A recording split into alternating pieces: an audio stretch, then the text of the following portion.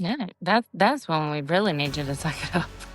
But sometimes you can't, sometimes you can't. And when your family life is just in shambles and y- you're just like, how am I expected to put my stuff on the back burner to handle somebody else's emergency? And that's what we do, you know, that's what we do. But how we handle it in our off time is really what is going to make or break like you as a person.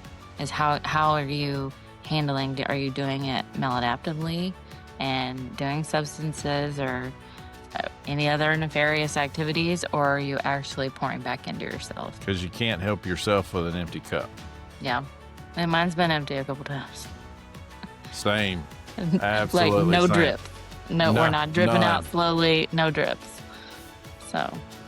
And we're asked to pour into other people every day. And it's real hard to pour into other people every day when you're empty yourself. Mm-hmm. So you got to take care of yourself.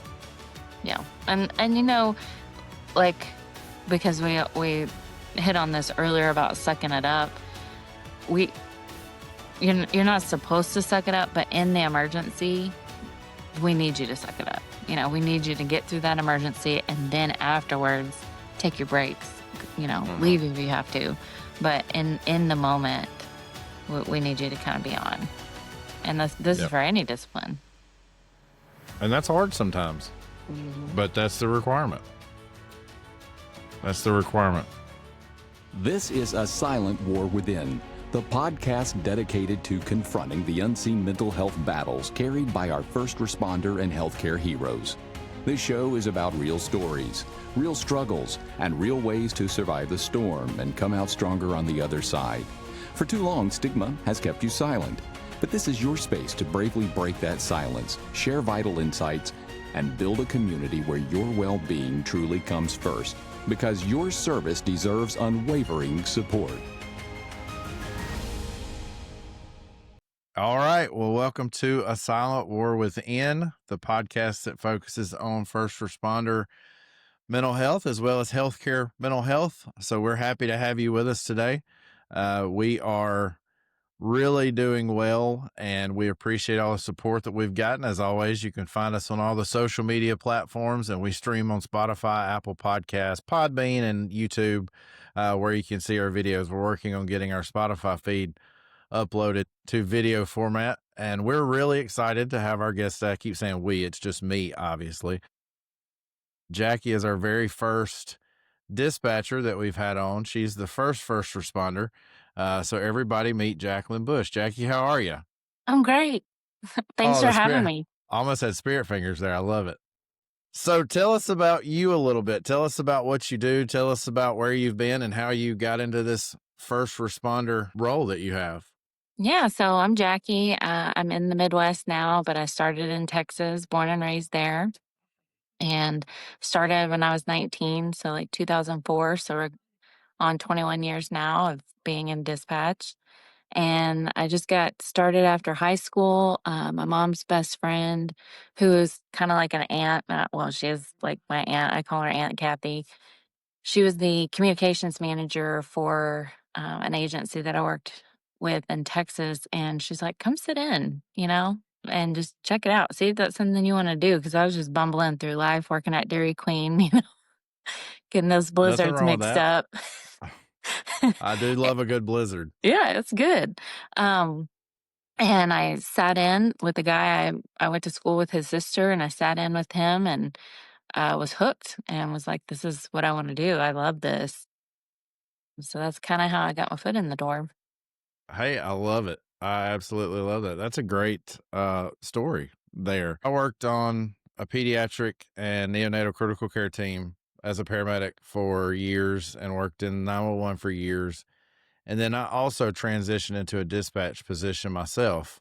And of course, our dispatch was a little bit different because we handle the, critical care aspect of it, and we typically do interfacility. But one of the things that I found very difficult is there was almost an invisible battle, almost like a helpless feeling when you have an idea of what to do and you want to help.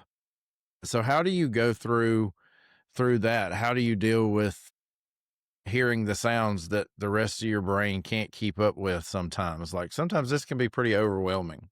Oh, it's very overwhelming. Um, Baffles me sometimes that people call, well, they always call 911 on their worst day, but that they put so much trust in a stranger. And so from the jump, I want to maintain that trust so that I can help them facilitate through this emergency until responders get there. And sometimes my fingers can't keep up, my spirit fingers can't keep up with what is happening and what Mm-hmm. they're saying. So it's a little chaotic in the room sometimes on those high priority calls, because sometimes I can just look over at my dispatcher and say, okay, tell them this, or this is what's going on, because I Right. can't get it in there fast enough. Like it was a shooting or stabbing or something where things are just moving at a rapid pace. But I think the big piece is just creating that rapport and that trust and the Mm-hmm. very like first 5 seconds sometimes Just put my to, phone on silent real quick. no, you're fine. And you'll probably hear my watch go off at least once. I got fat hands, so it's always clicking that little button. Yeah. You know, one of the things that I think I always struggle with being behind a phone line is you hear screams, you hear panic, you hear terror, even coming from other facilities that are, for my part, healthcare facilities that are taking care of a child that they're super uncomfortable with. And you don't have anything that you can do. There is a real helpless feeling. I think that one of the things I struggle with the most is we had a kid who was actively dying at a facility, and me, from my background, I knew what they needed, but I couldn't do anything. So are there times where you're stuck in a position where you're hearing this panic, you're hearing this terror, and you want to do something, but you can't? Oh, absolutely. Absolutely. And how do And you deal with it? it could be on both sides of the coin, on the call taking side and the dispatching Sure. side. It's very helpless sitting behind that console, especially like you get that high priority call, like maybe it's CPR working. I mean, our center doesn't do any medical. We send it out to another agency, but back in Gotcha. Texas, seeing that extended ETA because maybe they had to clear a hospital, and so Mm-hmm. it's a little bit out of the way, and you're just holding your breath like, I can't wait till somebody gets there because I can't do Mm-hmm. anything except for sound calm at this moment. And it's the same on the other side of the on the radio. You hear that the officer screaming their distress or a mayday for the fire department, Mm. and all you could do is just sound calm. I laugh and say we want to sound dead inside, but have a little bit of empathy in that tone, because tone is very important. Yeah. But I don't know. I mean, I would say nobody prepares you for that, even in training. You're not prepared to like deal with that helpless feeling. And so sometimes after those bad calls, you just got to get up for a little bit and take a break and just try to remember, hey, I can't wear this. This wasn't mine to wear. As hard as it is, because we got into this profession to help people, and it's tricky. It is very tricky. Absolutely. I, I guess the next question is, why TikTok? What drove you to start making videos about your life as a dispatcher on TikTok? Well, at first, it started out as like a way for passive income, Mm-hmm. all the things on the TikTok shop, you hear everybody's doing it. And then I realized I'm actually resonating with people, and people are connecting with me, and I'm resonating with other people. And it's like this cool little community that we have of this first responder community. And I have people like, civilians, I have cops, I have firemen, I have other dispatchers that are watching. So it went from kind of like a what's in it for me to this is actually kind of therapeutic to talk about stuff that I typically don't get to talk about with anybody else. So it's been a wild ride, and I'm shocked at. I mean, I haven't posted in like 2 months. I had some stuff come up, but I'm getting back to it. But shocked that I'm still getting followers. I thought maybe Yeah. like two people would listen to me, and we're almost at 5,000. So it's crazy. It's so funny to hear all the TikTok creators that we've had, because I love to pull guests from TikTok, because I'm a believer that that's one of the best communication tools that we have right now. Like, Hmm. you can talk to millions of people all at one time. Now, granted, a lot of people don't get the millions of views, but even if you're talking to 100 in one time, if you think about putting that into a room, like, that's a pretty Crazy. full room. Yeah. And it is, it's crazy, but to hear everybody say the same thing you just said, like, I didn't expect anybody to watch what I'm Right. doing. Everybody got on it for either monetary reasons or just having a good time. I had Shade Tree Cardiology, who's a paramedic that's really widely known, and he was saying, he just made a video being silly, and that's all it was. Yeah. It was never intended to blow up. And, through TikTok, he's gotten so many followers, and he's actually launched an education business and gotten to really change his life for the better, because people started to listen to him. He started to resonate with people. So I think that's why I keep pulling from TikTok, because I just think it's really cool that our society today has that platform that can instantly turn you into kind of a small celebrity with a group of people. And that's what it's done for you, for a few others, that we've been turned into little small time celebrities that people start to recognize and really resonate with your content, or your content really resonates with them. Absolutely. And I think that, transitioning into the next little part that I want to talk about, the the trauma that you guys experience as dispatchers is all auditory. It's all what you hear and what you experience on a phone line. Does that sound, that specific tone of panic, or even the silence after a traumatic event, ever truly leave you? No, it never truly leaves. And I it can be wouldn't. triggered later, that you didn't even Yeah. realize. I think when I had taken a suicide call, and just the way that the slide on the gun sounded in that moment, it stayed with me, and I didn't realize it until like 10 years later. Wow. I had another call that was kind of similar. The guy was in a psychosis, and he thought somebody was in his house, and I hear police downstairs are making their presence known and coming into the house, and I hear that same metal, and I shot out of my chair, and I'm like, "He's doing something with the gun," because I knew that they were in the house, and muted my phone and was like, "He's doing something with the gun," and they're like, "No, it's us. We're clearing it." But I'm like, "I need up for a second," because like I didn't realize that the two, but yeah, I don't think it ever really leaves you. I mean, you can forget about it or try to forget about it, but then Try. Yeah. it's pops up in other things too, and you just don't really it doesn't click at the time, or maybe a couple days after, but in this regard, it was like 10 years later that it clicked. And I'm like, that's weird. I should probably talk to my therapist about that. Yeah. No. So you are a therapy attendee. I am. Yeah. Yeah, me too.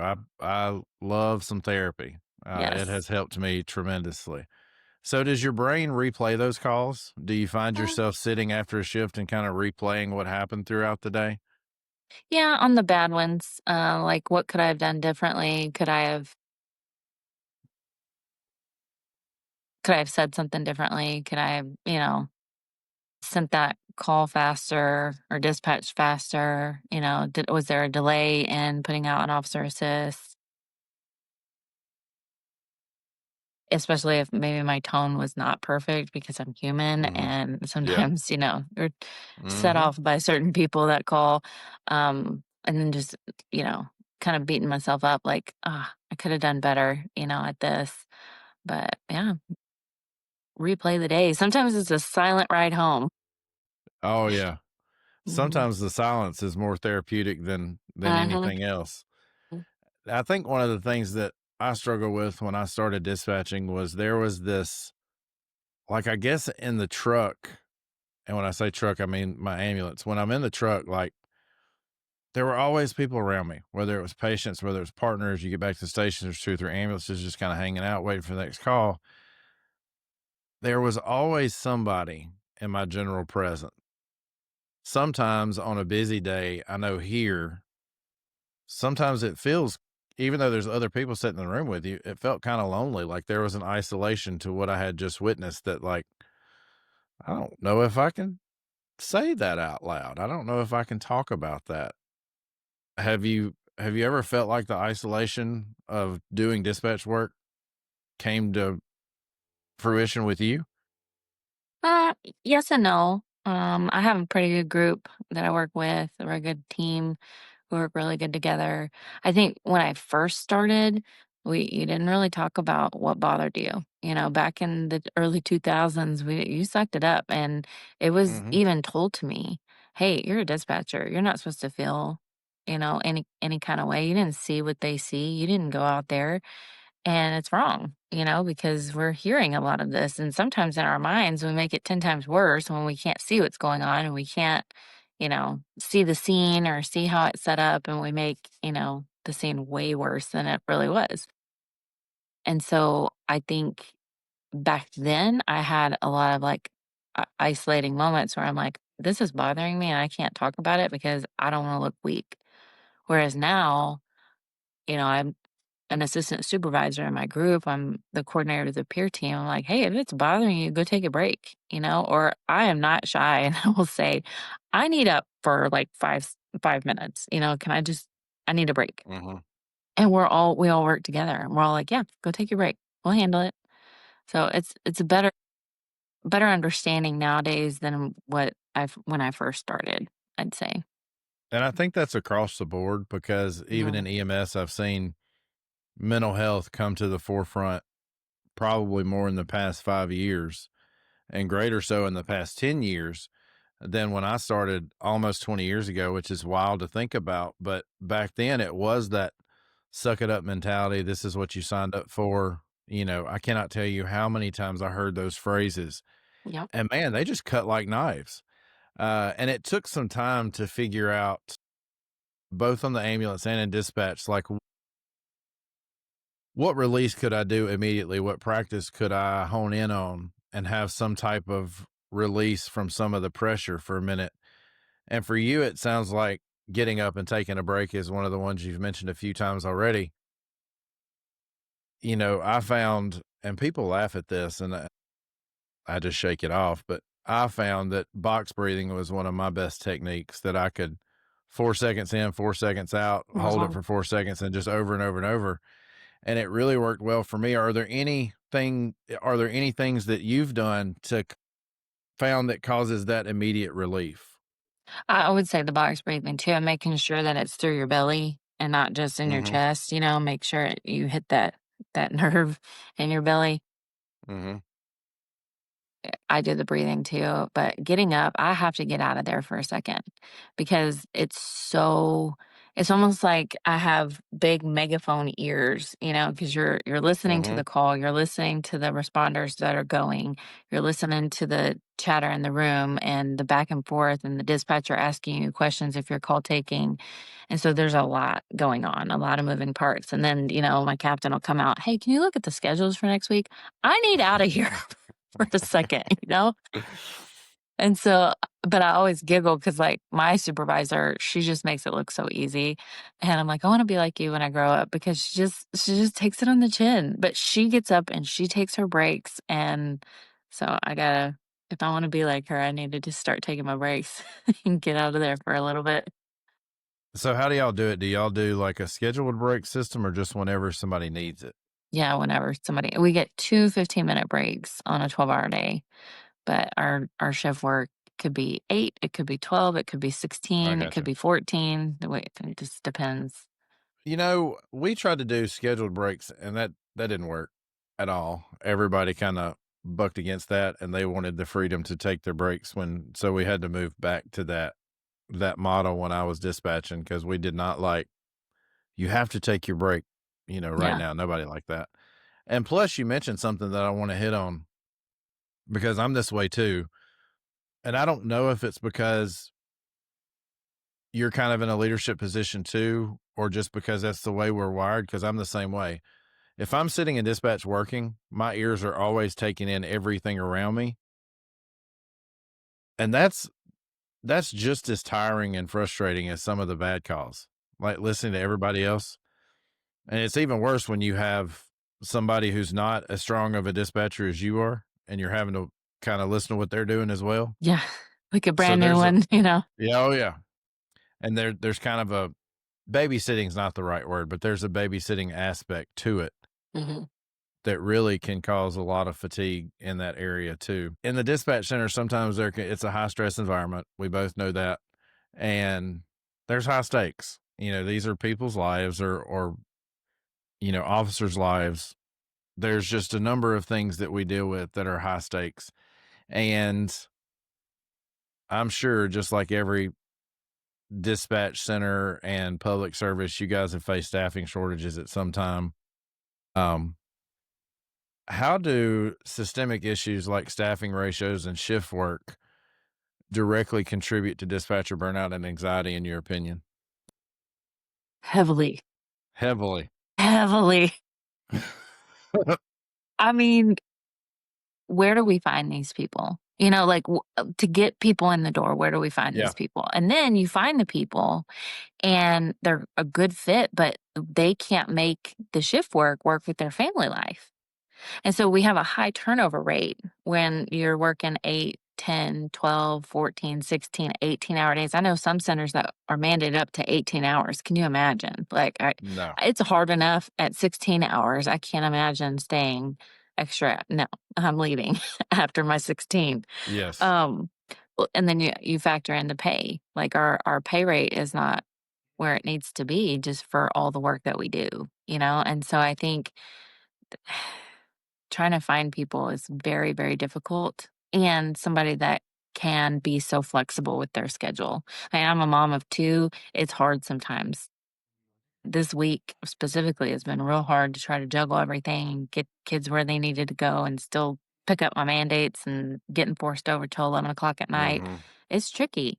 But I got a good support system, and for somebody that does not have that support system, I don't know that this is the career field for you, and that's just a hard pill to swallow unless you had really good support. Um, I don't It's I don't know where absolutely we find these people. necessary.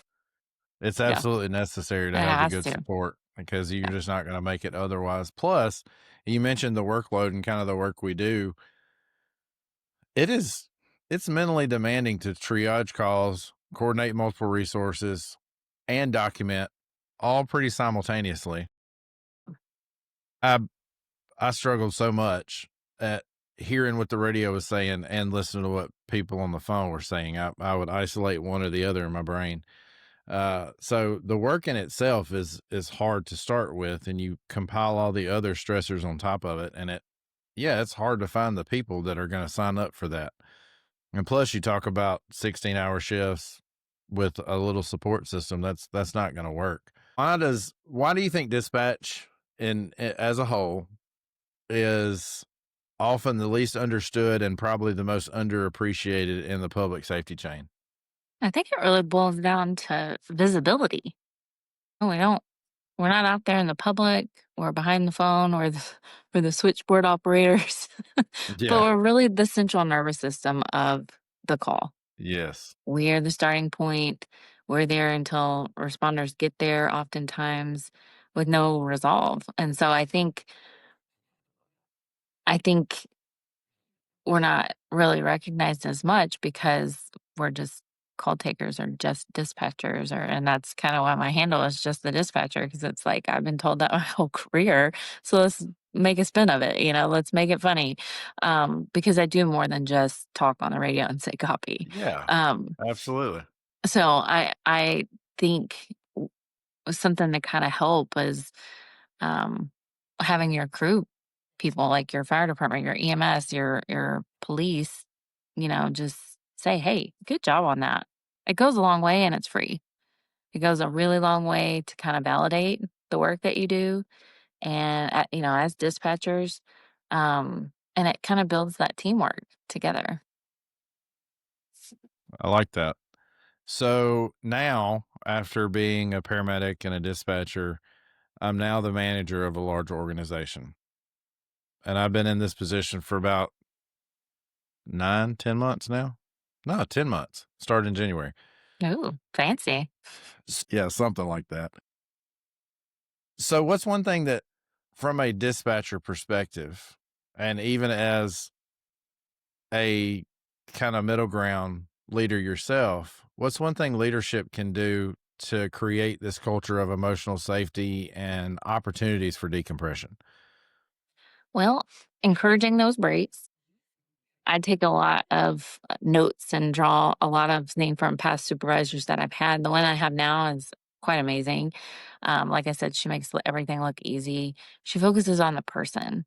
And while we have metrics that we have to meet, like our call stats and, getting to work on time and making sure we're putting our time into the timesheets and those kind of things, like she still holds us accountable for that, but she looks at the person rather than focusing on those call stats. Like I've had supervisors before that, call stats are a big thing to them and they are Mhm. important, and just nationwide scoring, we have to answer that call within the first 15 seconds or 10 seconds, And so we want to make sure that our NANO scores are up regardless of staffing issues. So we're answering the phone back to back to back.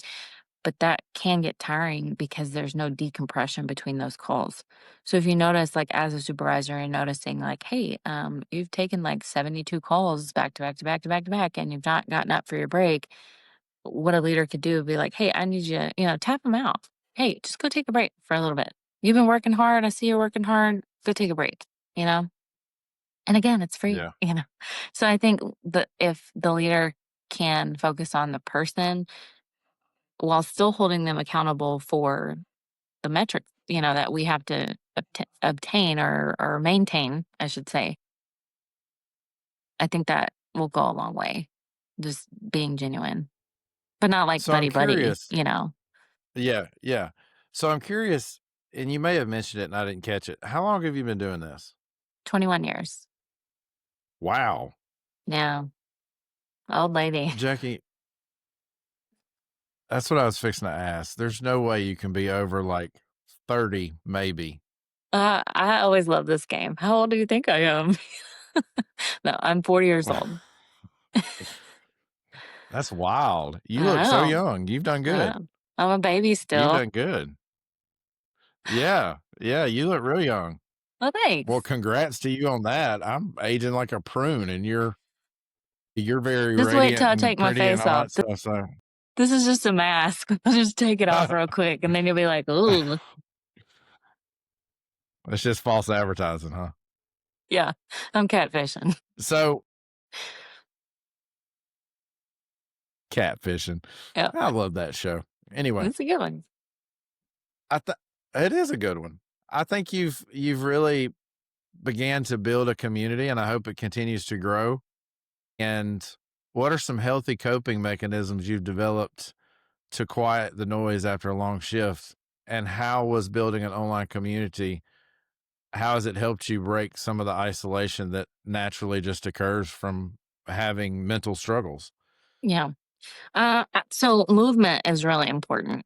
That's what I found. So like walking or even walking around the house, getting my little laundry. I like a clean house, and I mean, having things where they're supposed to be creates that. If the house is Hmm. cluttered, my mind's cluttered, and that's just a physical thing that I could do. That's something that I can control when maybe I couldn't control the outcome of a call. So those kind of things like movement and just tidying up the house. I mean, it's a wreck right now because I just got back from Mexico, but I'll get it done. Hey, Mexico sounds like a good reason, though. No, it was great. It was really great. Mexico sounds Uh, like a great reason. so I did get all my laundry done. I just haven't folded it. And that I feel like I need to do that after we get done with this. And then that way it's put away and it's done and I Hmm. can focus on the next things. Those kind of things. But I also have a really good group of friends and family that it's kind of like my safe place that I can just like word vomit sometimes. That will just listen. I think if I didn't have those people in my life, I don't know what kind of woman you would be looking at right now, honestly. Because sometimes I'm like, I'm just a girl. I need to cry right now. I'm sure we've all been there, right? I was about to say, I'm not a girl and I do need to cry Yeah. sometimes, and that's Hmm. okay. It's okay. my wife calls me the female in the relationship sometimes because I'm very emotionally based at times, and sometimes I need a good cry, and that's Yeah, okay. it's cleansing. It is cleansing. It's very cleansing. So do you have a decompression blueprint? Like, is it that quiet ride home? Is it the breaks? Like, what is it for you that sets you apart from dispatcher to the mom, friend, all the titles that you wear? What sets you apart in that? Is there something that you do to kind of cleanse everything, or I don't know. I love that I do honesty. try I do try to limit, like, my alcohol intake and everything because that's like, with all of this rattling around, we don't need it out in the world, you know? So, limiting that and, yeah, those quiet ride homes are great, but it's also really good to kinda hang out with my kids, and we curl up and watch a show, or we go out to eat or something, and like next week, they're off of school on Wednesday. I have them Wednesday, and so I have to find something fun to do. I think we're gonna go to the golfing range. So just trying to get out of the house with them a little bit and have fun with them. Do you have a Top Golf close to where you are? Yes, and I Oh, love we love it. Top Golf. Yeah, Yeah, it's so much fun. so much fun. So much. Yeah. So one of the things that I think, and I can answer one of your previous questions that you kind of threw out there, I know why you're still getting followers, even after taking a break for a little bit. You're very authentic. You're very genuine. I'm not just saying that because it's on the discussion guide I sent you. Just from talking to you, you seem like a very genuine, Thank authentic, you. funny, fun person. And that goes a long way. People are looking for genuine people and people who they can feel like they can connect with. And I think that you've done that. And I think that you have a very bright future ahead in the TikTok world, at least, because people do resonate with what you're talking about. Whether you're a dispatcher or first responder, I remember immediately seeing your videos and going, "Oh, this girl's got it! Like she's got that thing that makes people want to watch." And I don't know what your TikTok stats are like, but I'm sure your engagement is pretty high because people respond to that, and that's something that I look for when I'm looking for people to be on the show. And Jackie and I talked like I don't know 3 months ago before the show even Yeah, started. I think is when I initially reached out to you, and it's taken. I think we laughed the whole time. Really. Yeah, it's not on her; it's on me because I'm not the greatest at organizational skills. I like to think that I am, but I'm really not. I probably have 10 messages that I haven't followed up with, you know, which is on me. Kim, our original co-host, just life just started doing what it does in life, Yeah. and she had to take a break. So I brought in another co-host that I'm super good friends with, and she's working today, so she couldn't be with us. And she's great. So, but they're usually my like keep Kevin in line people. Yeah. So these single podcasts can get a little dangerous because I will go way off base. And that's what I'm about to do. I've already got it in my mind. Yeah, I'm way out of the box. Serpentine. Yeah. I teach the ambulance driving course, so that serpentine thing means Yeah. something to me. That's important. Apex. Yeah. So is there a particular type of call that hits you harder than any other? Oh yeah. I got Because choking. Choking is the one. Ugh. My dad choking, passed really? away. Yeah, my dad Okay, passed away there it from is. choking. Yeah, on a bologna sandwich. Can you believe Wow. it? I used to make fun of him all the time and say, "Could you eat a quality meat? Why are you eating bologna?"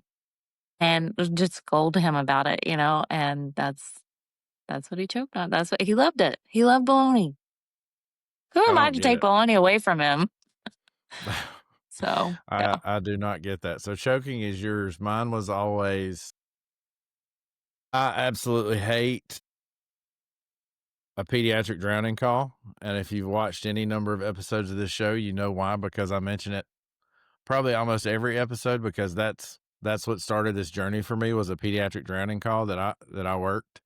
And it was always very hard for me to hear a patient in an outside facility and be on the phone and I know all the steps they're going through. I know what they're doing. It was very hard for me to like it took me back to that place. hmm in my head. That PTSD bubble up there somewhere got triggered. And I don't know, it's just one I always hated. And everybody's got that. Everybody that we've interviewed and that I've talked to in the dispatch world or emergency services world, first responders, they all have that one thing they absolutely despise to hear that call come in. And it's always interesting because it's different for so many people. It's very um, it's very triggering in different ways. And it's very interesting to watch how the mind takes these events and breaks them down into these little trigger things that get placed.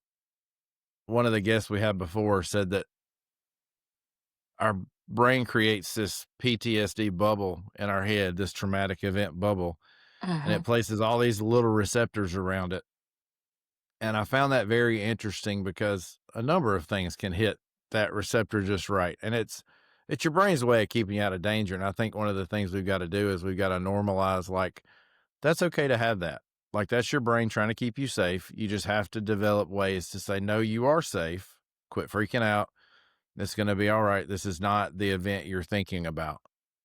Um, and I really do feel like if we normalize this conversation like we've had today, that this gets much easier to talk about. It gets much easier to have somebody come to you and go, today I'm not doing well. Uh-huh. Today I'm having problems.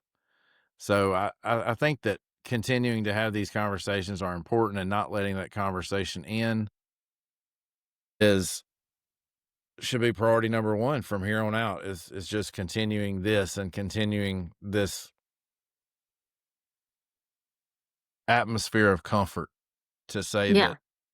it's okay for you to feel like this. It's okay for you to have Mhm. to step away. I gave presented it's not a speech, a presentation to the Mississippi EMS conference, which is where I live, is Mississippi. And it was about PTSD and trauma and all the things. And I shared my story, and there was probably 4 or 5 people that, I gave the trigger warning, like, this is a child drowning. This is a call that really happened. I'm going to go through some details. And there was a few people that stayed that may not should have, because they, during the middle of the story, was like, nope, can't take it, and just got up and left and came to me after and apologized. I was like, you owe me not a single apology, because it Right. is perfectly normal for you to have to step away. That's a tough thing to sit there and listen to. It's a tough thing for me to sit there and tell. But I really enjoyed that, and I really enjoyed the honesty that I got from people afterwards. So I think that continuing that conversation is extremely important. I agree. It takes some of that stigma out of it, because it's, especially people our age, like it was drilled into us, like, suck it up, suck it up, suck it Yeah. up, suck it up. And so then you're like, can I have an emotion? Is this safe? Can I have an emotion about this? Because I don't know. So yeah, it takes the stigma out of it. Yeah, because I just turned 38, and man, the last 10 years have been such a learning journey for me about my own mental health. And thank God for counseling and medication. Yeah. Amen. I think it should be a prerequisite to work in any emergency services. Are you medicated? If not, Yeah. probably not the right fit for you. Just to already start pre-medicating, or start to spray our stations and dispatch centers with Yeah, right. Hose it down. that way when you walk in, there's an aerosol for you Yeah, yeah. that you just Just get as soon as you right in the walk in. face. So do you feel like sharing on TikTok helps you, like, mentally? Does it help you get some of that out? It does, it does. I mean, with anything, yeah, people are gonna have opinions, so you just Of gotta course. know that going into it. But I feel comfortable talking about, and not everything, obviously. You're not gonna talk Sure. about, like, the worst thing ever happened I in hate your that life. question. But yeah, what's the weirdest call you've got? Okay, define weird, because that could be literally anything? I would much rather talk about the weirdest call I have had than I would Than the talk about the worst. worst, because that's Yeah, what people wanna know. If you go to a yeah. party and you tell them what Oh, you yeah. do, first thing they're going to ask is, what's the worst thing you've ever seen? I don't really think you want me to relive that day. No, I can tell you the no, weirdest, funniest thing I've seen or heard, and you'll probably get a laugh or two, but you don't want to know the worst thing. no. Or, like somebody being, especially at a party or, there's alcohol has been had and then you're there with cops and then, have you ever shot anybody? And you're like, be cool, man. Like, don't ask that because it's literally you're reliving a really day. Yeah, just shut up, man. Don't ask stuff Because, like oh that. no. It's okay. It's totally fine. We accept and love that just Okay. like you are. Mhm. Yeah, that's fine. I think this has been a really good conversation. I think it really has shined light on you and what you do and your personality, which is bubbly and fun and wonderful. I love it. I wish every guest was like you. It's Oh, been easy to thanks. talk to you, and I think that's why you have the followers that you do and the engagement that you do. I really appreciate your vulnerability. Oh, my nicotine pouch keeps trying to fall out. I'm definitely gonna edit that out. Just Here, you start over. yeah. That'll be in the outtakes. Oh, absolutely. I love getting the outtakes because it is funny to see how people act Yeah. off camera. And every once in a while, I'll share one, and it gets really good engagement because people love to see folks just acting silly. Yeah. Just be, And so you're a trip. I love you. it's gonna I'm be great. man. Anyway, let's try to give. I interviewed a girl. Her name's Maddie Ann. She's a paramedic from Mhm. Alabama, and she's great. We became very close friends very quickly. My wife loves her. We all love her. It was great.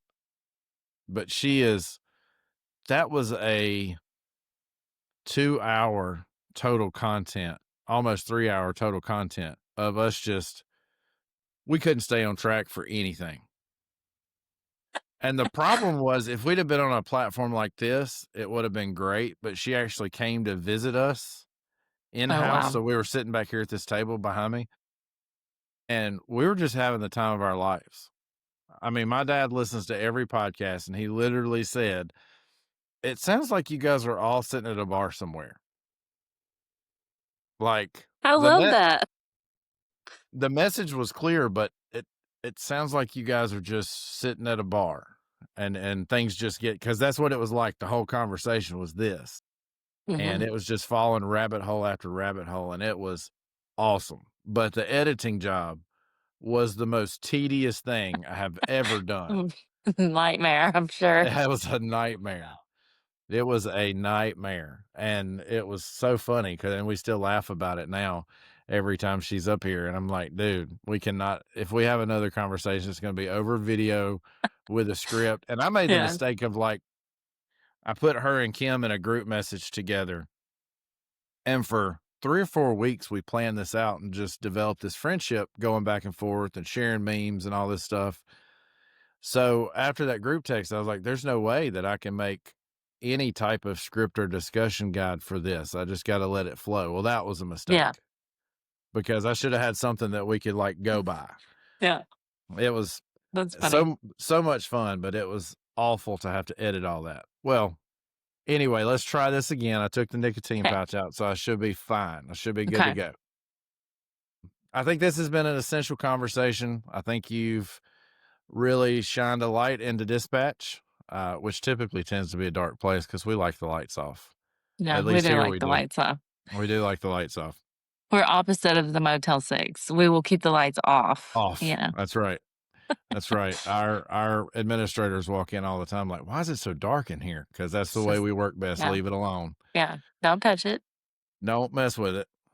So I think that you have a very unique way of connecting peers that otherwise would not speak up. I think that you're giving a lot of courage to a lot of people, and I appreciate what you do on your platform.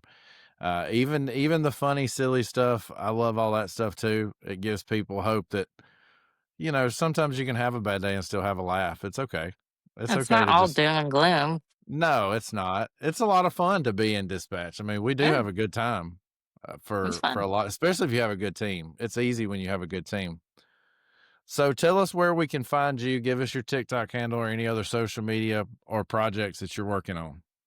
I have 0 projects. I'm just .the.dispatcher on TikTok. That's all I got right now. So maybe it'll expand, who knows? Hey, I love no projects. I wish sometimes that was my life. Sometimes I wish I had no Mhm. projects Yeah, because there are projects everywhere. all the projects. All the projects for work, for this, for numerous other things. It's just some days it's real tiring. But I really thank you for joining us. I think this has been a great conversation. We've made great time. We've stayed mostly on script, which is a great thing that never happens. So Who I even are appreciate we? I know. I appreciate your shower rehearsals, and Yeah, that's great. that made it easy. So good job. Alright. Well, Great thanks job. for having me. I Ab- really appreciate it. Absolutely. Well, Jackie, thank you for joining us. And as always, this has been a Silent War Within. You can find us on Spotify. You can find us on Apple Podcasts. Podbean is another one that we stream on, and a few other small services through them. We actually got streamed in Australia the other day, which I thought was really cool. Fancy. I know. But we are on all those platforms. And then you can always find us on all the socials. You can visit our website, asilentwarwithin.com, where we are working on getting a kind of a newsletter put together to have some funnies and some clips from guests that you'll be able to digitally access. And also link ups to all of our guests if you want any of their services or education or leadership courses or anything like that. But we're glad you listened to us today, Jackie. Thank you for joining us. And as always, be safe, take care of your mind, and we'll talk soon. You've been listening to A Silent War Within. If this episode resonated, please subscribe, leave a review, and share with someone who needs to hear it. Remember, you're not alone and your well-being matters. It's time to end this silent war.